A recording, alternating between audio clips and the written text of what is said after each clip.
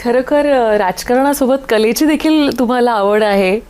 तुम्ही नाटकांमध्ये कामं केलेली आहेत. मी तर असं ऐकून आहे की तुम्ही शिवाजी महाराजांचा एक रोल करायला थेट साता समुद्रापार फॉरेनमध्ये गेलेलात. नेमकं काय घडलं होतं? नाही, नाटकाची मी लहानपणापासून अमेचर ग्रुपमध्ये किंवा नाट्यसंस्थेमध्ये काम करत होतो. मधल्या काळामध्ये गॅप पडली.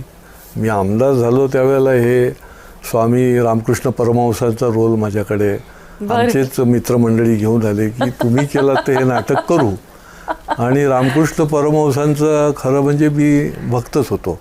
म्हणजे मी रेग्युलर रामकृष्ण परमहंसाच्या मठामध्ये जाणारा असा होतो डिवोटी. मी सगळं वाचलेलं होतं.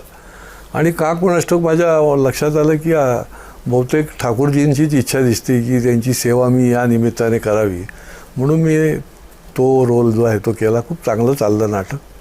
आमचं ढवळ सर, अशोक समय सगळे पट्टीचे लोक त्या ह्याच्यात होते. सगळे 150च्या वर प्रयोग झाले.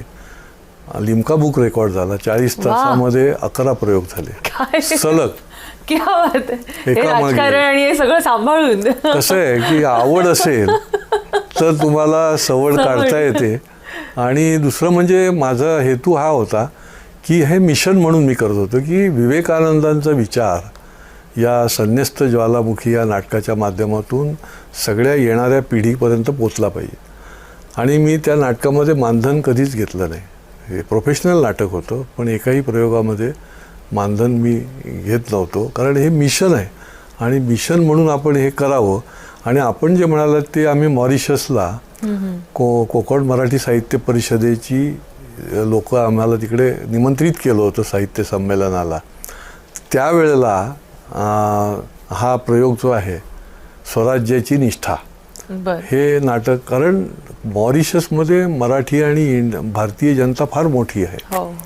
आणि त्यांचं आपल्या देवावर म्हणजे छत्रपती शिवाजी महाराजांवर अतूट प्रेम आहे. आणि म्हणून मग त्यांच्यासाठी म्हणून आम्ही हा प्रयोग तिकडे केला होता. आणि त्यावेळेला माझं भाग्य की मला महाराज